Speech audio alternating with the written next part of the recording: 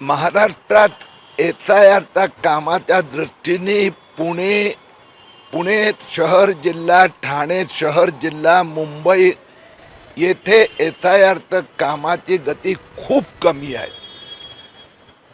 50% पण मॅपिंग झाले नाही आहेत. आणि ज्याला आपण डिजिटलायझेशन म्हणजे घरी फॉर्म आल्यानंतर भरून त्याचं डिजिटलायझेशन त्याचं प्रमाण तर काही भागात 10 ते 15% आहे. या संबंधात थोडी चिंताही व्यक्त करण्यात आली आहे आणि त्याला कशी गती देणार. आमचे अध्यक्ष धीरज भाऊ, बाकी सगळे आमदार पण या कामाला लक्ष देत आहेत. त्या संबंधी विस्तृत चर्चा झाली आहे. आता जे BLO असतं, जो कामाला स्टाफ आहे तो तिप्पट करण्याचा जिल्हाधिकाऱ्यांनी निर्णय घेतलेला आहे. भारतीय जनता पक्ष पण या दृष्टीने विशेष कॅम्पेन करणार आहे.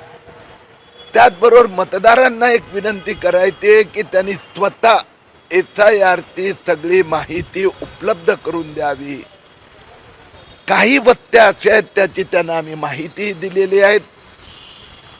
जिथे राजकीय पक्षाचा मशिदीत बसून BLO रजिस्ट्रेशन करीत आहेत. या संबंधी काही शाळांच्या विरोधात कारवाई करण्यात येत आहेत.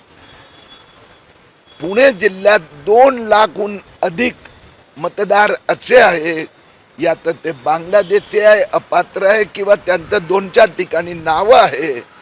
त्या संबंधीही कारवाई केली जाणार.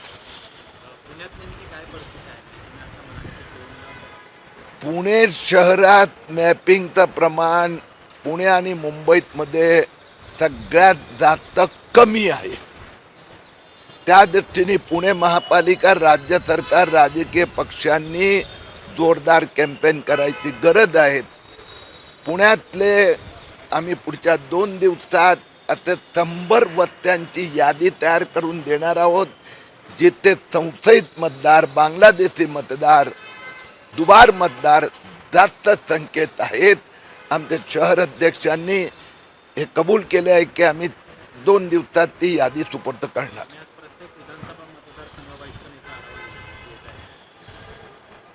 आज 4 विधानसभेच्या बैठका आहेत. आम्ही स्वतः आवाहन केलंय. मुख्यमंत्र्यांनी सगळ्या लोकप्रतिनिधींना विनंती केली आहे, आमदार असो, खासदार असो, नामदार असो किंवा नगरसेवक, त्यांनी पुढच्या शनिवार आणि रविवार, असे आता 2 शनिवार रविवारच उरले आहेत, 15 दिवस आहे, हे 4 शनिवार रविवार भाजपचा प्रत्येक लोकप्रतिनिधी, आमदार, नामदार, खासदार, नगरसेवक हे मोठे SIR कॅम्प आयोजित करणार. मंदिरावरून जे आहे ते आज गोविंदगिरी महाराजांनी भूमिका मांडलेली आहे की याच्यामध्ये चंपतराय यांनी जे काही कृत्य केलेलं आहे ते चुकीचं आहे किंवा गंभीर स्वरूपाचं आहे. पण जे म्हटलं जाते की 1400 कोटी रुपयांचा अपहार याच्यामध्ये झालेला आहे, तर त्यांनी असं म्हटलं की फक्त 3 कोटी रुपये चोरी झालेले आहेत. चोरी लहान असो मोठी असो ही दुर्दैवी बाब आहे. याची तपास आता ट्रस्टनी, ते पोलीस यंत्रणा, CBIला सांगितले आहेत. त्यांचा तपास सुरू झालेला आहे. त्यांचा रिपोर्ट येईपर्यंत आपण थांबणे बरं. काही राजकीय लोकांना एकदम रामाची आठवण झाली, ठाकरे बंधूंना. त्या संबंधी मला एवढंच म्हणायचं आहे की आपल्या हिंदू धर्मात शेवटच्या क्षणी म्हणजे ज्यावेळी अवसान, इथे राजकीय पक्षांचा दोघांचा अवसान होत आहे, त्यावेळी त्यांना राम आठवणं स्वाभाविक आहे. परंतु नैतिकतेच्या आधारावर आपण रामाचं उदाहरण देतो, मात्र ट्रस्टमधला एकही व्यक्ती राजीनामा देत नाही आणि SBIच्या कर्मचाऱ्यावर जी अटक झाली ते SBIचे कर्मचारी असे निलगिरी महाराज म्हणाले. मग हे जबाबदारी असताना राजीनामा का देत नाहीत? नंतर ते येऊ शकतात ना. आपण एकाच वेळी दोन्ही गोष्ट मागणं, एका बाजूला आपण व्यवस्थित इन्व्हेस्टिगेशन आणि ॲक्शनची मागणी करतोय, मग ज्यांना इन्व्हेस्टिगेशन टॉप एजन्सीचा दिले आहेत त्यांचा जो अहवाल येणार त्याच्यावर कठोर कारवाई केली जाणार.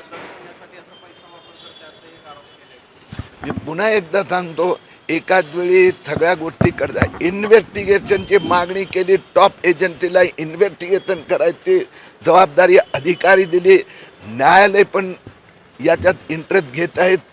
त्यावेळी पहिलं निष्कर्ष देणं हे थोडं आपण जबाबदारी आपण म्हणजे त्या एजन्सीना तपास करून जो अहवाल येणार तो स्वीकारला जाणार आणि कठोर कारवाई होणार, कोणाला वाचवलं जाणार नाही. गोविंदगिरी महाराज असं म्हणाले एसआयटी जर मला दोषी आमिर ठरवलं खानने तरी तीन आम्ही लग्न- राजीनामा आमिर देणार नाही. खानने 3 लग्न केली याच्यावरनं बराच वाद आहे. म्हणजे हिंदुत्ववादी नेते आता आमिर खान यांच्यावर टीका करतायत. आमिर खान यांनी जी काय 3 लग्न केलेली आहेत त्याच्यावर तुमची काय प्रतिक्रिया आहे? मला असं वाटतं की सगळ्याच प्रश्नांवर एकट्याने उत्तर देणं जरा जास्त होईल. आणि तुम्ही मोठे नेते आहात, तुम्हाला काय वाटतं योग्य आहे का अयोग्य आहे?